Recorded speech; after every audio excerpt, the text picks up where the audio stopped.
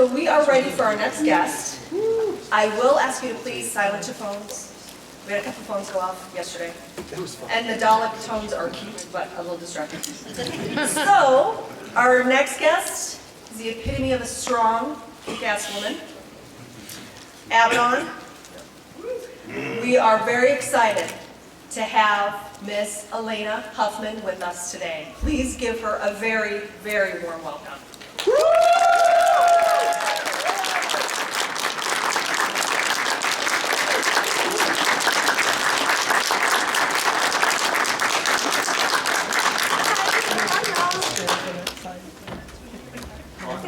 Or here.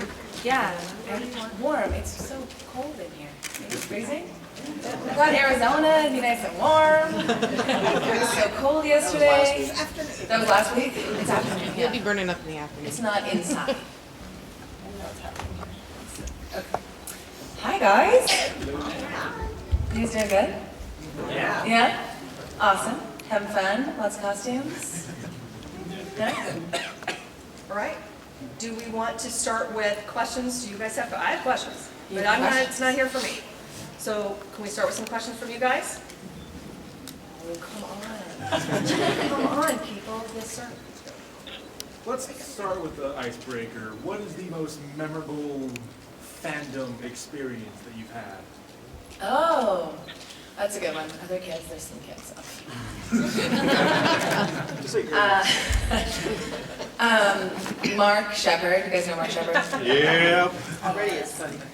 Oh, you already know. We were in New Zealand, and I think we were taking a picture, and this woman was like shaking, and he was like, "You're all right, you're all right." She's like, "I'm just trying not to myself." Mark and I tell that story often. It was funny. Yeah, it was a good one. Yes. So what do you think of Katie Cassidy's Canary? I love the Black Canary. When I first got the audition for Smallville, it wasn't known. I have Star Wars water. So cute. It wasn't, the role, it wasn't known. They didn't tell me what the role was. And so I went in for this kind of just woman. And then they called me, a couple weeks later and said I got the job, but it's this high-profile job, and they're not going to tell me who the character is. And I was like, what? So they called me a few days later, and they told me who the character was, and I Googled her. And I was like, my first thought was like, I didn't know who the Black Canary was. My second thought was, I have to wear that? I've had children. They're very small pants. And how do you fight crime in that thing? But then I read a lot of the comics, and I really gained a love for the Black Canary, and she's been done so many different ways. So it's very interesting. I get a lot of people who come up to me and they're like, your Black Canary's way better. And I'm sure she gets the same thing. And I don't think that we need to compare them. I think that she's a great character, and so I think she's doing great. And I'm really happy that the character's popular. Thanks. Just wake up. They should pass around shots. I would like to know, because you tweeted an adorable tweet that you got to sit on the plane with Mr. Morgan Shepard, and I would love to hear about what you guys talked about. And how did you know?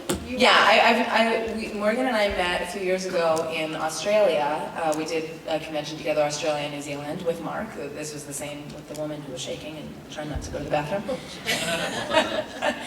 And I've known Mark for years. I used to call him my secret lover, because I'd see him all over the world. Nothing happened, obviously, but it was like this funny thing. We'd meet up, in different countries. And then I got to work with him. And I was like, oh, I get to work with my buddy, Mark Shepard. Yeah. Then I got to work with him. You guys all know Mark. What you see is what you get. So I've known Morgan, and I know Mark really well, and I love his new wife, Sarah.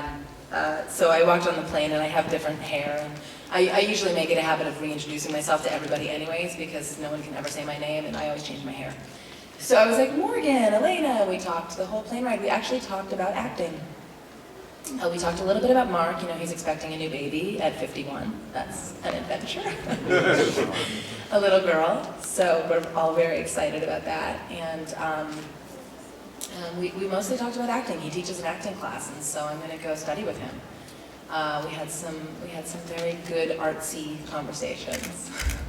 It's not a very long plane ride. Questions? I'll keep going, but oh my goodness.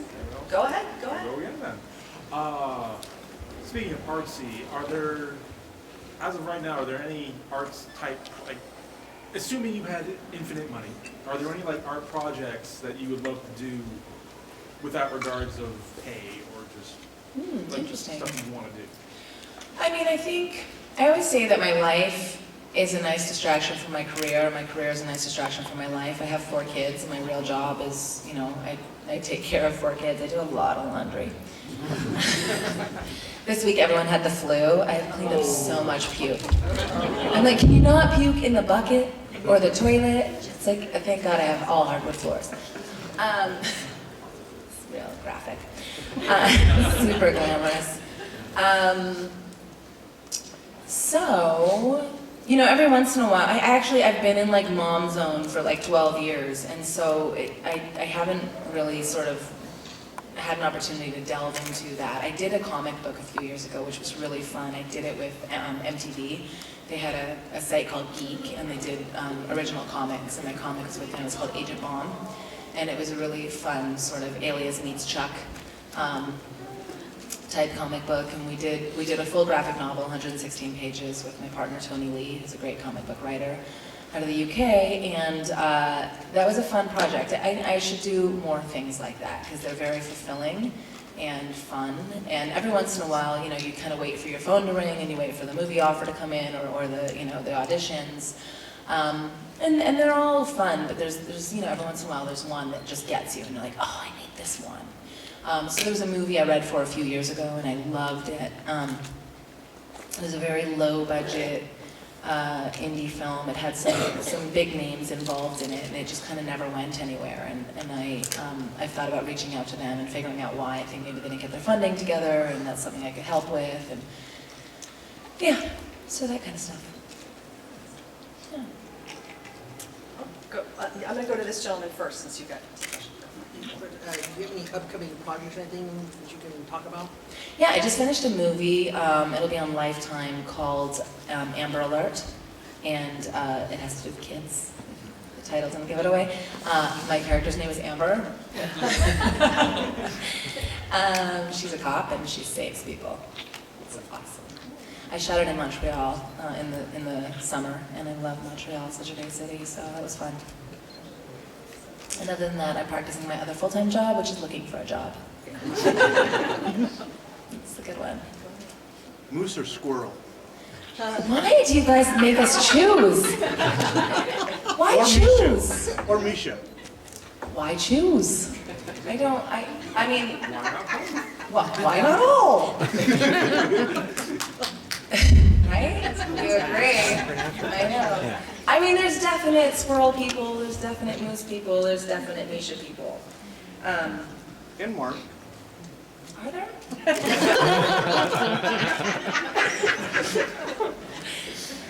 love Mark Shepherd. I love him. Yeah, well, why choose? They actually kind of come as a package. You know, they do everything together. They go everywhere together. They leave everywhere together. And Cliff, you know, Cliff, the bodyguard? It's like the 3 of them. They're never separate. Like if you have a conversation with one, you're having a conversation with all the time. And then there's Misha. Yeah. No, they're all wonderful men. They're like my brother squad. Them and Rob and Dick and the band and, you know, Loud and Swain. They're like it's like my crew, my squad. I love those guys. And Ruth, our little wee bit. Ruthie, have you guys met Ruth? I love her, though. She's so cute. She's lovely. Lovely lady. Uh, She's a gal. You mentioned, you know, when you're talking about your full-time job looking for work, do you have, Julian got this question yesterday, some memorable audition stories? That, like, interesting auditions you've gone into or things that you've had to do that were like, what? You know, The weirdest, most crazy audition I've ever had was for a show called Supernatural.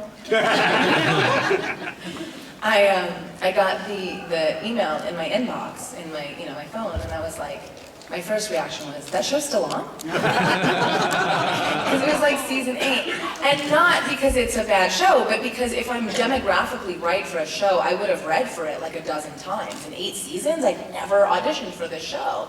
So I was like, what's going on? It's a CW show. I was like in my late 20s at that time. I should have auditioned for it a lot. But I did have a lot of children, and so that... It's hard to audition for teenage shows when you're pregnant all the time. Always pregnant. So then, I think I got it like that morning or the night before or something, and I was just talking to my mom, and I'm kind of like scrolling through it, and I'm like, oh. So I don't know if you remember my first episode when Abaddon comes on, but they stab me in the back, and then they shoot me in the face, and they chop my head off. Yeah. That was my audition scene, all rolled into one. I was like, this is ridiculous. And I was like, okay, whatever. And I paid it really kind of no attention. I was just like, have fun. I'm just going to go have fun. I'm an actor. This is what I do. I'm going to walk in the room, which, the audition room, this is always a big complaint. This is what Morgan and I talked about on the airplane. Auditions are not what we do.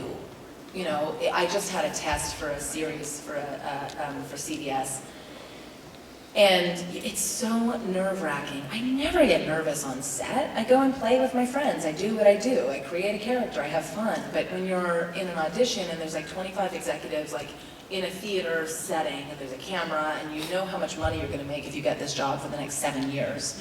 There's so much, it's so weird, and it's just not what we do. And so a similar situation was this audition for Supernatural. When you walk into it and you have to get stabbed in the back and shot in the face and your head chopped off. In a room that looks very much like this with 4 guys on the couch and you against a curtain. I mean, what do you do with that? I don't know, I got the job. So you did well. You I died very well. Yeah, or everyone else sucked. There is that. Morgan said yesterday, he was asked a question, and he said, I get so bored being a nice character. He loves being Oh, a yes. bad character. How? Does he always play nice guys? No. With that raspy English? I know. Yeah. He plays a lot of bad guys, but Yeah. he enjoys it. Is that Oh, something yes. you love? Why do you relish? Because it's fun.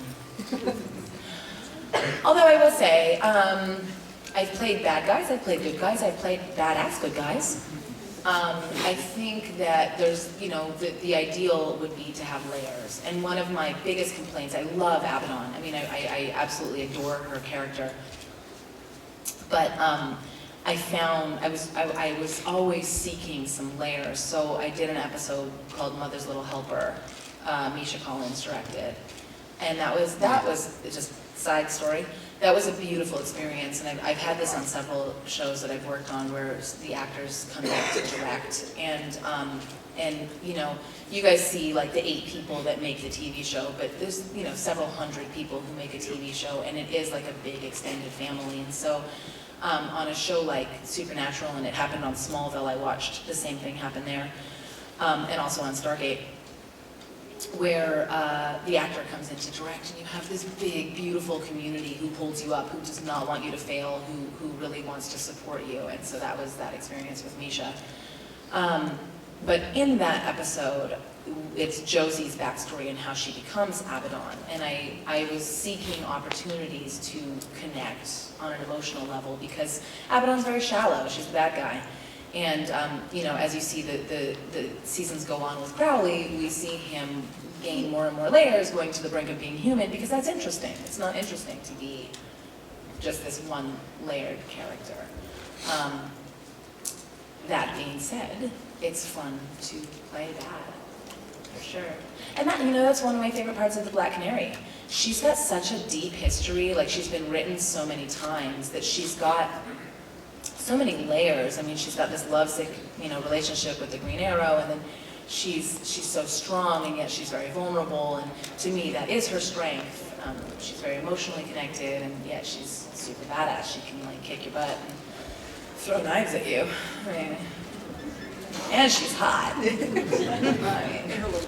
in her tiny pants. I can tell you, like, I have had to cut a scene and be like, sorry guys, the sit, spin, kick, my heel got cut in my fishnets. We have to take that one again. The struggle is real. What's that process for doing a stunt? I mean, talk us through the stunt process then. So stunt teams, well, on Arrow, and we had him on Stargate is Bam Bam. I don't know if you guys, yeah, Bam Bam, it's my boy. So you have your stunt coordinators, and they're usually stunt guys who then go on to coordinate. They set up their teams, and they'll cast someone. One of my stunt doubles is Larissa Stadenchuk, and she doubled me on Stargate and also on Smallville. And actually we're very good friends. You get really close, so you rehearse the stunts together. They're usually really good. I try all of my stunts, especially like the wire work and wall walking and flips. Like, why not? They'll like knock on your trailer and be like, hey, we're gonna go throw some knives. You wanna come learn? Yes. We're gonna go shoot arrows. Okay. You wanna learn how to do a flip? Uh-huh. It's just like playing. That's what I do for a living. I play. So then usually there's an allotted time for a stunt, and they'll let you try it a couple of times, and they'll get you the angles that they need for the camera, and then they'll go in on the wides and they'll have the stunt double do it sort of all the way through a couple of times. Things like big falls from buildings, they usually, insurance won't let us do them. It depends, you know, maybe if you're Tom Cruise and you are the insurer. But usually they don't let us do those sort of risky stunts. But they're always fun. I love doing Has there been a stunt that you were like, no, thank you? No. Explosives? Yes. No. Covered in beads. Huh? Covered in beads. Covered in bees. Yeah, I'm not sure I'd like that one. That doesn't scream stunt to me. That sounds crazy. I had an audition one time. It was for one of the procedural shows. And they were like, you have to be okay with maggots on your face. And I was like, and then they called and they're like, oh, they already cast the role. I was like, thank God. I love that disclaimer. Or I did have an audition the other day. This is the first time in my career this has ever happened. I'm 5'9". Usually I'm like, they're like, how tall are you? I'm like, how tall do you want me to be? How tall's the guy? Let's start there. But I had an audition. It was like, actress must be 5'9" or taller. And I was like, yes! I'm wearing my highest heels, my tightest jeans. I didn't get the job. Trisha Helfer got the job, actually. It was for Powers. Have you guys seen that on PlayStation? Yeah. It's a super cool character. She's gonna kill it. Yeah. Stunts are fun. Oh, there we go. We're What do waking up. your children think about your acting career? What do my children think about my acting career? It's just what I do. They don't really know any different. You know, so all of my friends are actors, so it's just kind of what we all do. Sometimes, like, one of my son's friends follows like a fan of mine or something. He was like, dude, I thought your mom was famous. Because she is. Like, she only has like 300 followers on Instagram. He's like, you're following her fan. This is a conversation that he has with his friends. So he's a little more aware. He's 11. But they kind of just, I don't know, they grew up on set, you know.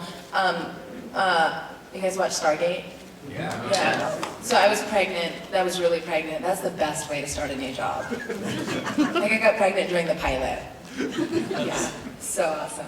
I called the producers into my trailer. Like, we were like now on episode 5 or 6 or something, and I was like, so I was feeling kind of sick this weekend. And Rob Cooper goes, congratulations. Because he has 3 kids. And so, like, Charlie, that was Charlie, so that was season 1.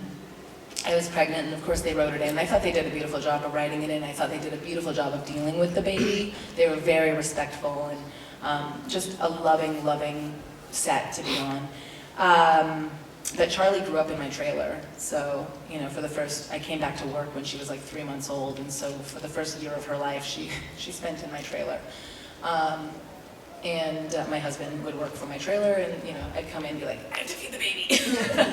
He's like, oh, I just fed her. I was like, oh, gosh.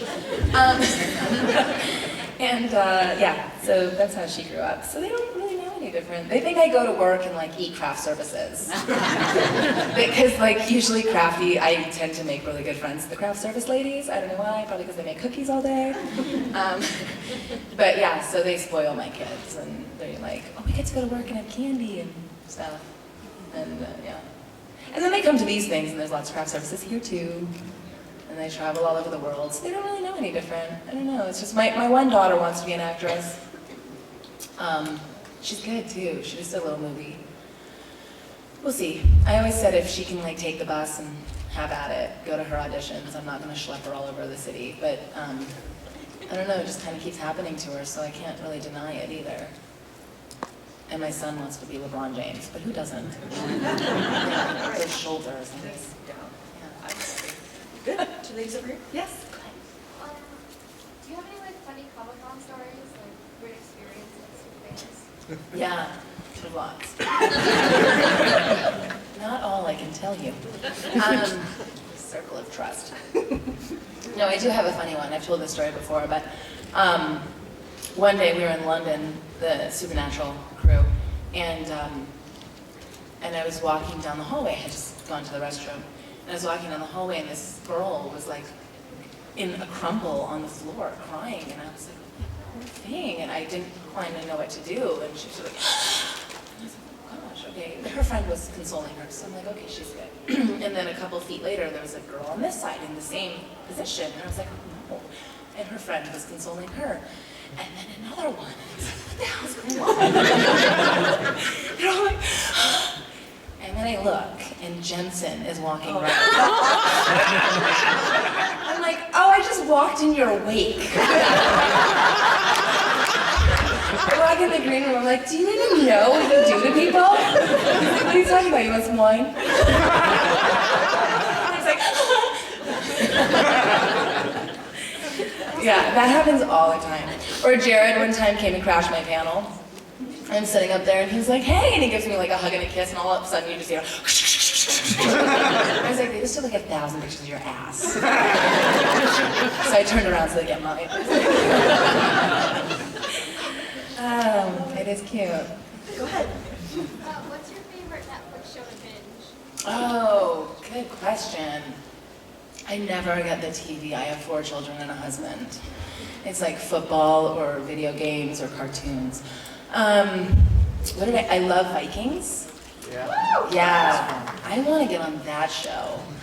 I want a big break and a sword and like Lagatha. I love that chick. I watched Parenthood. I binged that this year. That was so good. Michael B. Jordan, he killed me. I was like, why did they have to break up? Sorry, spoiler. But did you guys see Creed? He was so good in Creed. Oh, I want to see it. It's so good. It's my favorite Sylvester Stallone movie. It's good. What else did I watch? I love Hell on Wheels. You guys watch Hell on Wheels? Yeah? Almost nobody watches that show, but I love it. I want to be on that show too. Watch Jessica. Jessica? Oh, yeah. It's good. Yeah. Strong female, badass character. Right? I like Orphan Black. I haven't gotten all the way through that. Yeah. That's what you should be on. That's a hard one to binge. It's a little confusing. No. I love Scandal. I'm not a big binge fan, though, to be honest, because maybe this sounds weird as an actor, but like all the little idiosyncrasies that actors have, you're like, oh, they do that like all the time. Which you don't see if it's like a week apart. I also love The Affair. It's a great show. Yeah, good shows. I love Game of Thrones. I'm just gonna call it out. Oh. So I was just curious, and I've asked this of a lot of actors who come through here. Number one, do you ever watch what you star in? No. Well, No, because it's like listening to your answering machine, right? A little weird. It's horrible. Although, I did commit to myself that I would watch because, like athletes, watch their tape. You should watch and learn from your mistakes and critique yourself, and try not to like end up in a ball on the floor like I suck. Yeah.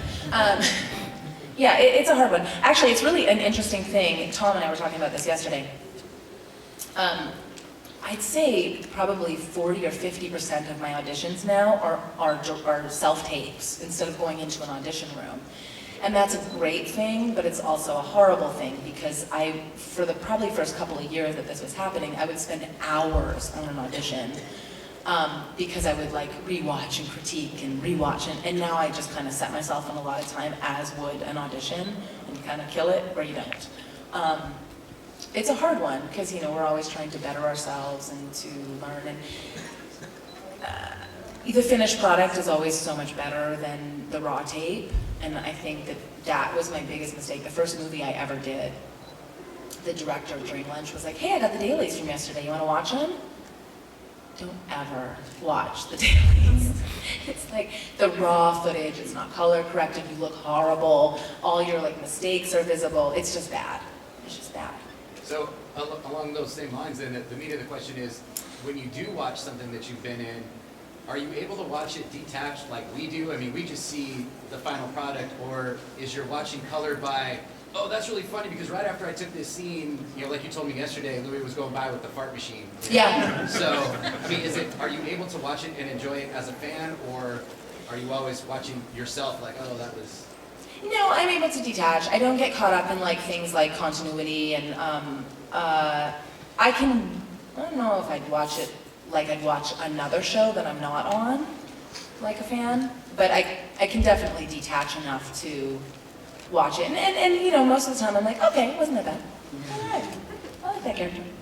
I find it's easier when you're on an ensemble show, when you're not in every scene. So Stargate was great for that. And now we all pretty much live tweet our stuff, so you're kind of watching it anyways. I think it's good. Yeah. Thanks. Go ahead. Some shows and films today have just begun to kind of step outside of the old stereotypical roles for women. Really, it's really still pretty rare though that you find films and even TV shows that pass the Bechdel-Wallace test. Where two women are talking together about something besides a man, or I would say besides a wedding or reproduction. So what are some of your favorite roles that would? Does that happen in life? Yeah. There's the women that I know that are friends of mine, yes, but we do talk about shoes too. Well, forget all that. So are there favorite roles of yours, or some scenes of yours that would pass that? It's two women talking about something, just like two men would talk about all kinds of stuff.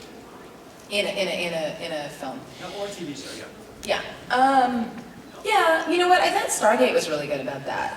I think Stargate was great about TJ, my character on that show. It took me a long time to like her.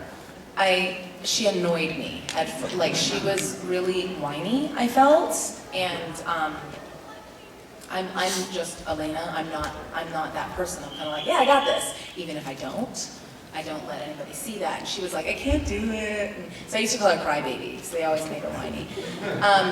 But I actually learned a lot from her. And I thought she had really good interactions with the other female characters that were not about men or babies. Ming's character, what was her name? Wen? No, what was her name? Ray? Ray. She was an HR person. I thought they had like professional conversations that were not, related to men or babies. Maybe that's because she was gay. I don't know, on the show. That being said, I think that things are changing. I hope they are.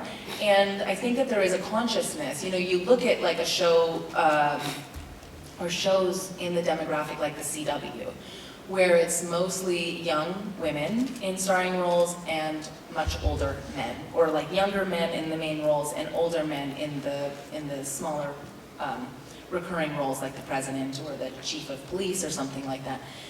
And to me, I'm like, why can't that be a woman? Why does it have to be a 50-year-old white guy? It could be a 50-year-old white woman, or other woman, or a woman. And so I feel like that is definitely, and that's coming from the industry. I don't even think it's like the agents and things that are saying, okay, you know what, you've got this role that you've written as a 50-year-old white guy. I'm going to send you, you know, a woman in that category. And I think it's going that way. Yeah. You had a question? Yes, back to Abaddon as one of my favorite characters of all time. And what did you like most about playing her? You may have answered the question already. I take no credit for her. She kind of just became. You know, she's just a really, a very profound character. I loved her. Adam Glass created that character. He's no longer on Supernatural. But he was phenomenal about communicating his intent with her, which is so nice because there's only so many words that are written on the page.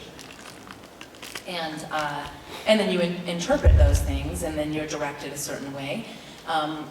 The way I work, this is another thing Morgan and I talked about yesterday, and it's probably to my detriment sometimes, but I really rely on energy, and I feel like I need the actors that I'm working with to connect with, and so I feel like that's when my character develops, is in those moments, like, oh, Alaina planned it this way, but this is the way the character wants to go. And it sounds really artsy-fartsy and heady, but it's not. It's just kind of an energy thing. And but he was great about sort of giving me the underlying intention of her. And he had you know, a really well thought out plan for her. Actually, even going forward, but he left the show. So she's super dead. Just ask Mark Shepard; he'll tell you. But there's Rowena. Oh, we got some. I'm going to go behind you. Go ahead. What was your experience like working with Robert Carlyle? And did you as a cast have any indication that the show was going to end so abruptly? I have a good story. So I love Bobby. We call him Bobby. Bobby. He's a great, wonderful man, and he smells really good. I was telling someone that yesterday. Was that you I was telling? Yeah. Yeah, so if you ever see him and give him a hug, you might want to just maybe. For my birthday, he bought me his cologne. He was like, you can just smell yourself now. Oh, God. I love Bobby. He's a great guy. He's a beautiful man. Great actor. That was another example of, they gave him the fourth episode in the second season to direct, and he had never directed television, but has done a ton of directing in the theater.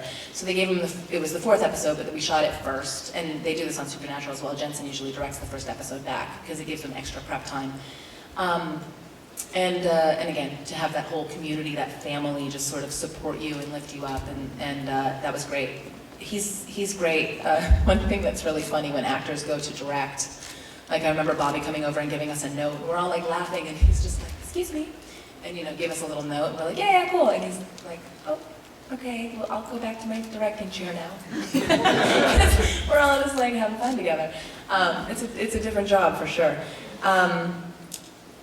The cast, a few of us, Elise, Brian, myself, a couple of the producers, and some other crew members, including Brad Wright, were invited to be distinguished guests on the USS Carl Vinson a few years ago. It was great, one of the best experiences I've ever had, to spend the night on the aircraft carrier. And so we were out to sea. They were about to deploy, and we had no cell phone service, so all our phones were off. We were there for 2 days, and we landed back on the naval base, and we turned our phones on, and our Twitters were like, we're so sorry. And we're like, for what? They're like, well, your show got canceled. Yeah, it sucked. It was like December 20th. I know. Yeah, that totally sucked. What sucked about it, though, to be honest with you, that's the creator of the show, who had done 17 seasons of television with them, found out that way. Yeah. But what sucked about it is that, the later, I have people all the time that are like, I really liked that show, and why did it get canceled? And it was kind of an uncomfortable situation at first. Like we started the show and we were all really excited. We all get along. I mean, actually we get along all of the Stargates. Like I know Amanda and Michael and Jason and, all of the Stargate people. We're all, we all know each other and we all get along, and there was just so much hatred. We got protested, we'd go to work and they'd be like, go home, we hate you. It's like, I just want to feed my family. That's all I want. It was weird, so yeah.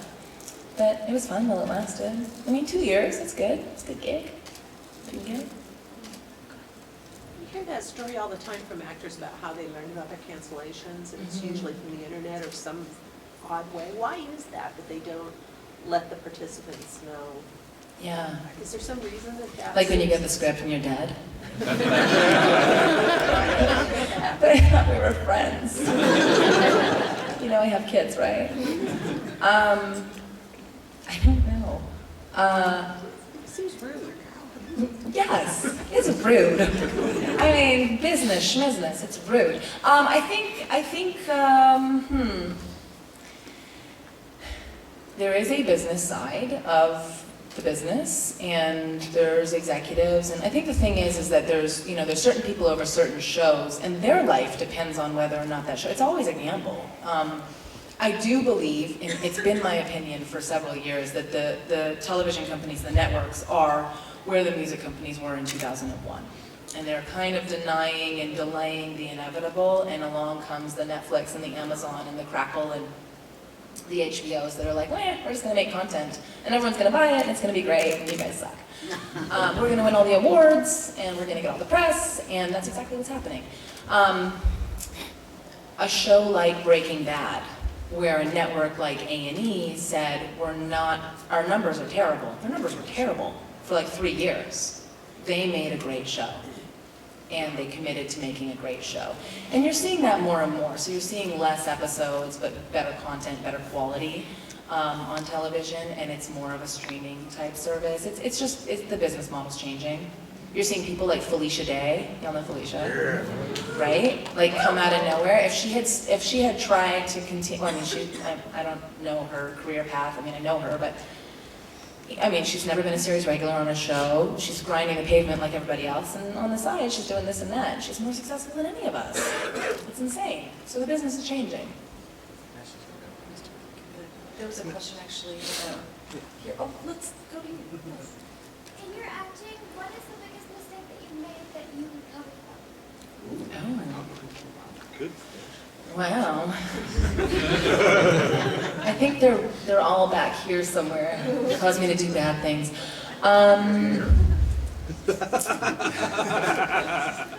Like all my life choices. So much therapy. I don't know. I'm not a big believer in mistakes. I think that they're all opportunities. Honestly, I think my biggest mistake, if there is one, is not believing in myself and taking way too long to appreciate who I am as an individual. And unfortunately, I don't think that that's something you can be taught. I think you have to learn it by life choices. Yeah. Yeah, go ahead. Sorry. I've asked quite a few. That's why I asked.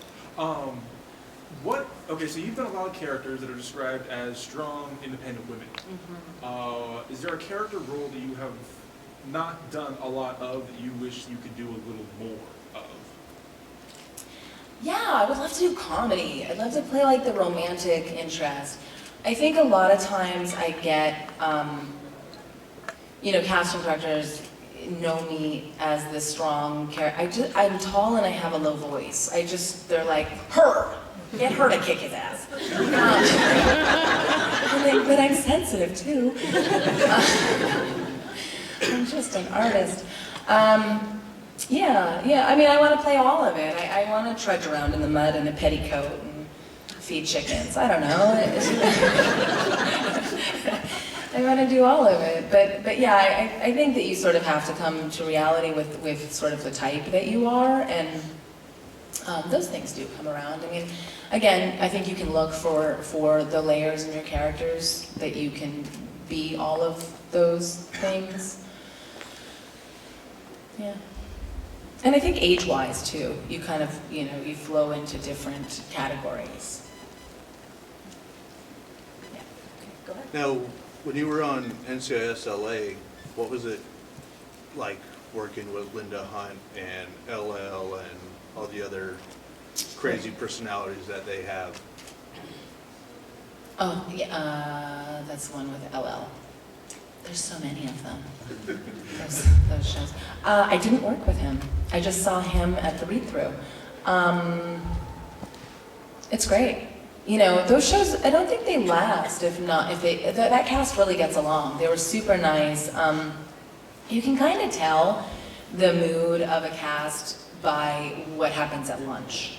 If you go to the lunch line, because we all get released at the same time, usually the actors go in front of the lunch line because we go back into hair and makeup like 20 minutes early. So hair and makeup and actors go first, and then the rest of the crew, because they get a little break. It seems like it's because they're big egos, but it's not. There's a practicality to it. Same thing, by the way, with limousines and things. People think it's glamorous. No, it's control. They know if they hire you a car, you're going to get there on time. That's all it is. Lots of money on the line. Try and remember that. So you can tell what happens at lunch. If you go to the lunch line and all of the actors go to the lunch tent to sit with everybody else, it's an awesome crew and cast to be with. If they all go to their trailers and don't talk to anybody, it totally sucks. And I've been on both shows. That show, everybody sat together. It was nice. And most shows do. Most shows, they hang out. They're all friends. Because life would be miserable if you worked with people you hated all the time. Right? That's what I'm saying. I've got one, but I'm waiting for you guys. Okay, all right.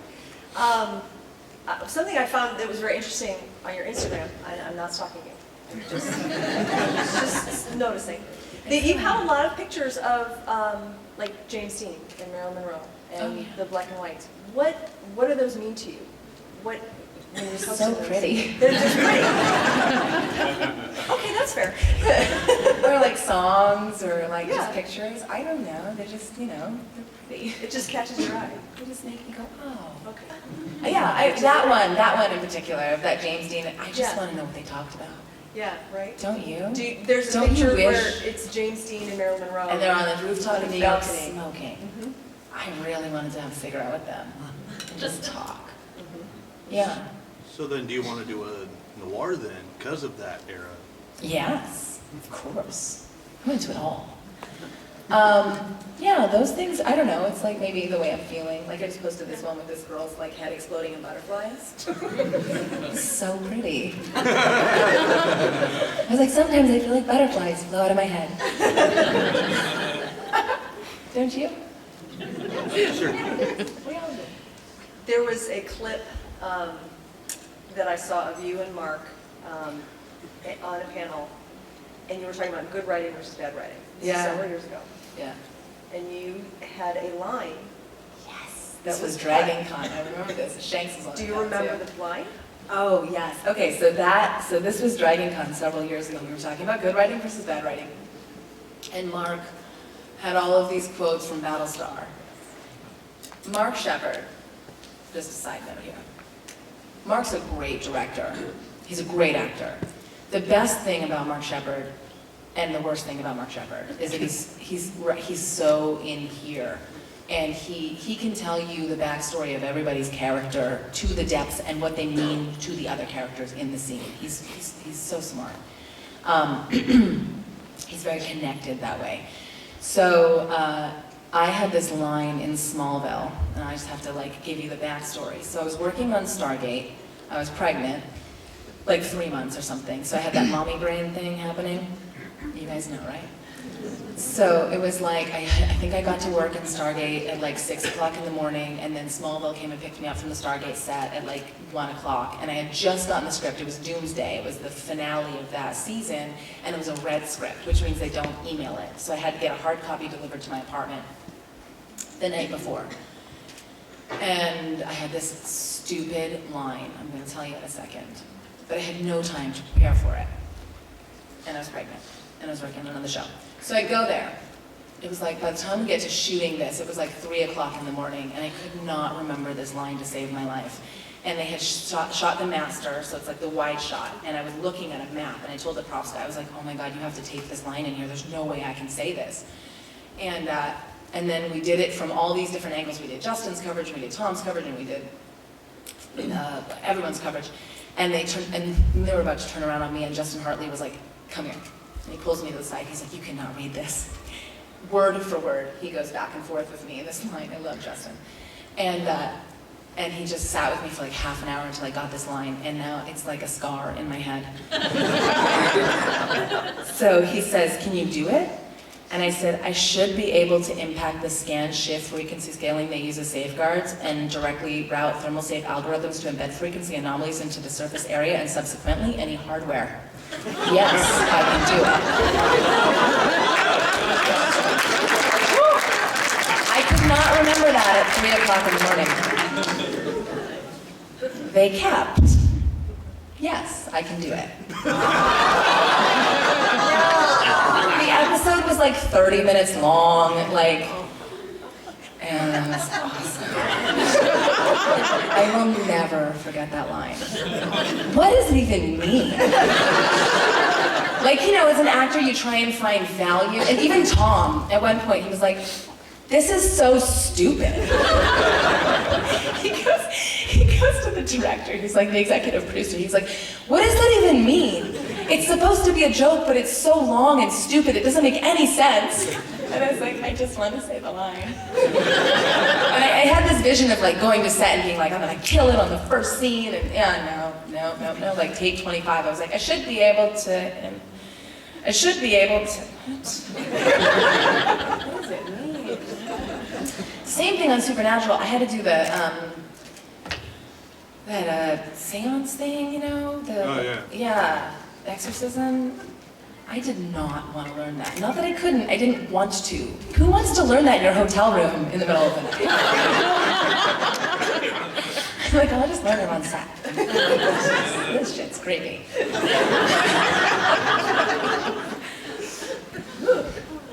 Yeah, Gil killed it though. We got on set, and then we had to do it in a round. Misha's like, do you want to write it in a book? I was like, no, I got it. Oh, gosh. All this stuff. Any hands? You guys are so quiet today. She's very nice. Go ahead. I was a little late, so this might have been asked. Supernatural was like a big family. And the group played pranks on each other a lot.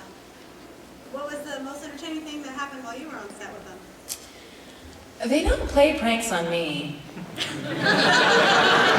I have dared them. I'm gonna get it one day. I've heard all the prank stories, but I never witnessed any of them. Poor Misha, they almost broke his nose. Jared is like a big puppy dog. He's like he gives you a hug and you're like, I love you too, but you're gonna break my ribs. I don't think he knows. So with the pie thing with Mish, he literally smashed his face. Oh, Not it was like smash. I remember them plotting that though. They were like, we're torn because we really want him to succeed, but we kind of want to mess with him too. So they got him a waterproof case for his phone and his iPad. I think he actually had dual sets of notes made because and I think that came in handy. I remember him saying. I remember one time Gil, who plays Henry, I think Jensen just took him on a wild ride in Beatty just to see him squirm. He was supposed to in the scene, but he really did it. And he started off by saying, he's like, I know this car well, so don't worry about it. And he was like, he pulled out, he was like, oh. Yeah, they're fun, those guys.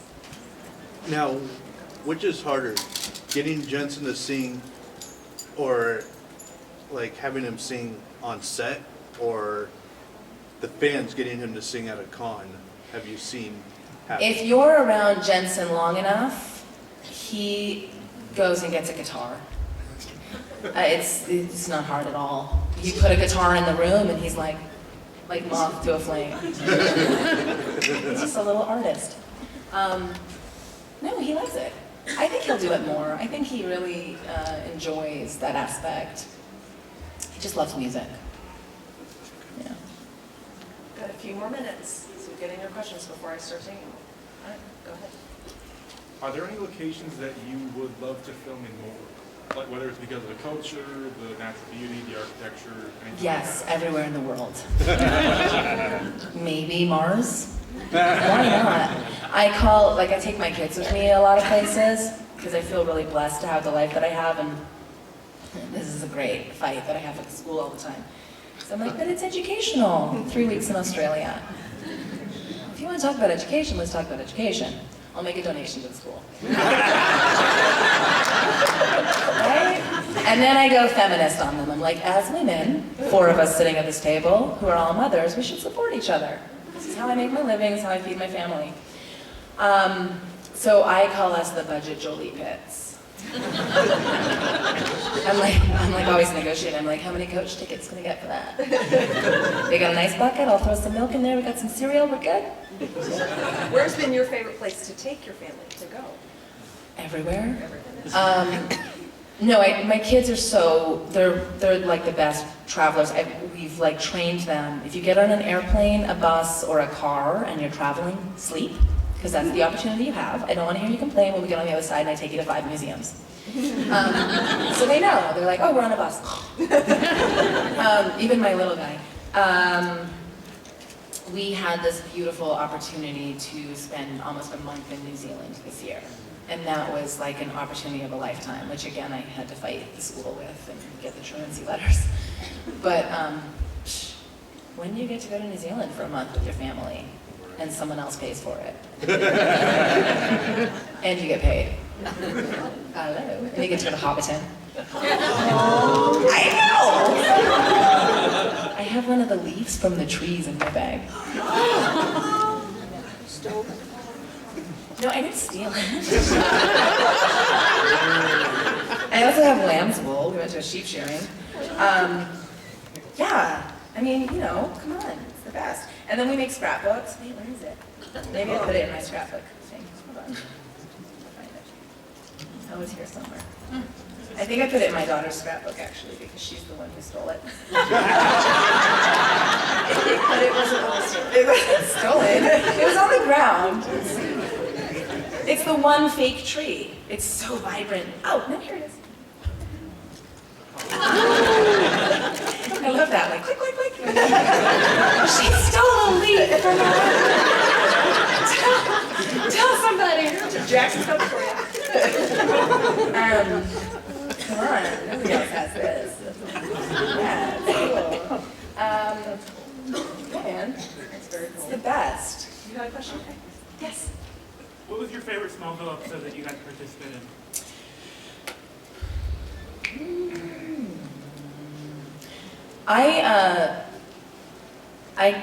I wish they did more with me on Smallville. I thought there was a better storyline to tell, and I know, every actor's like, you could have used me more, There was the whole Green Arrow, Black Canary thing they never really talked about, or didn't, we talked about it, and they talked about me, but I wasn't in it. I used to tell them they were booty calling me, because they would only call me in for like the mid-season, and then the finale and the opener, because they want the ratings, so they bring all the big superheroes in for that. That being said, anything that was all the superheroes, because it was so fun. Like, can you just imagine being on set and all your friends are in superhero costumes? And they're like, we're gonna do a wide angle. And you're like, okay. Think you get your superhero clothes on? It's kind of cool. I wish there was Batman, though. On there? Why isn't there any Batman shows? Oh yes, it's Gotham. Thank you. Shows. Right? Is it not? Well, it's pre-Batman. It's pre-Batman. It's him becoming Batman. It's painful. Right. Yeah. It's painful. I haven't seen it. I should watch it because I love Batman. Yes. Oh, let's go over here since you're this one. You mentioned earlier that you know the cast from the other Stargate shows. I was curious how you got to know them, since maybe I have a bad memory, but I don't remember there being much of the way a crossover between Universe and the other ones. Yeah, we had David Hewlett and Michael Shanks, Amanda Tapping, and that's about it. Conventions. Yeah, so I see these people all over the world. And most of them are in Vancouver, and I'm from Vancouver, and it's a very small community, so we all sort of know each other. And actors all kind of know each other. Go ahead. Jumping back to costumes, are there any that you wish that you had the mind to just like say, hey guys, we're done with the show, can we get the costume? Like, My husband wanted the Black Canary one. I wasn't thinking that, I was thinking like Ryan Reynolds and his Deadpool. No, there are some things, but I'm not much of a collector, so I don't really think like that. I do have my chair backs from the, they give you your director chair, it says your name on it, and it has the name of the show. So I have my chair back from Smallville, I have my chair back from Stargate, and I have my chair back from Supernatural, which is nice. I don't know anything about costumes, but I really wanted a Kino from Smallville, or Stargate. I only work with shows that start with an S. It's a theme. Yeah, I wanted a Kino, even though they don't really fly. They're cool. They did have, I would like a gate. I like Stargate. And I said this to Charlie Cohen, who was the executive at MGM over our show. They went bankrupt. And I was like, I'll buy a Stargate because they had a big estate sale. He's like, you gotta buy two. I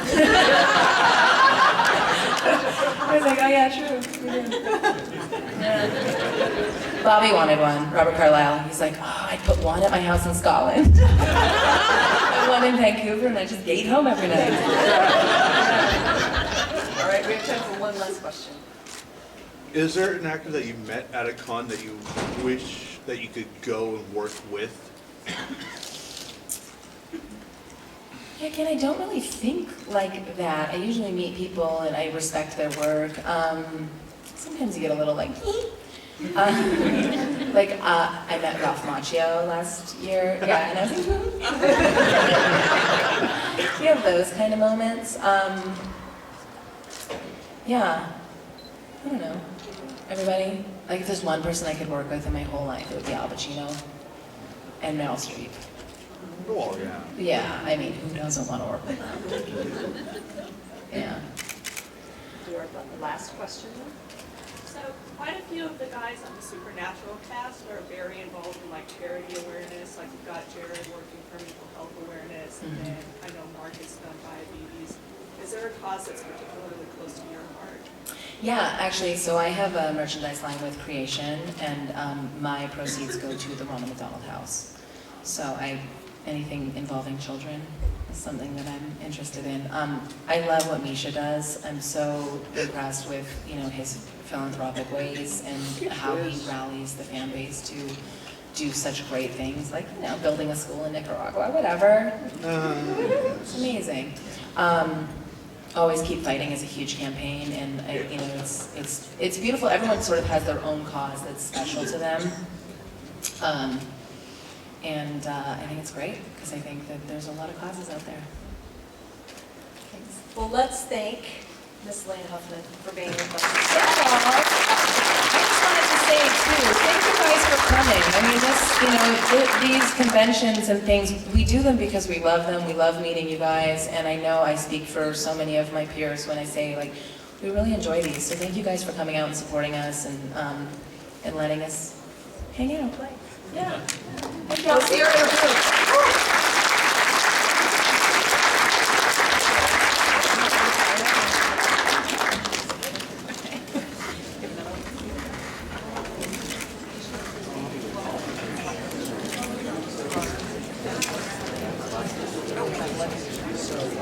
Bye, guys.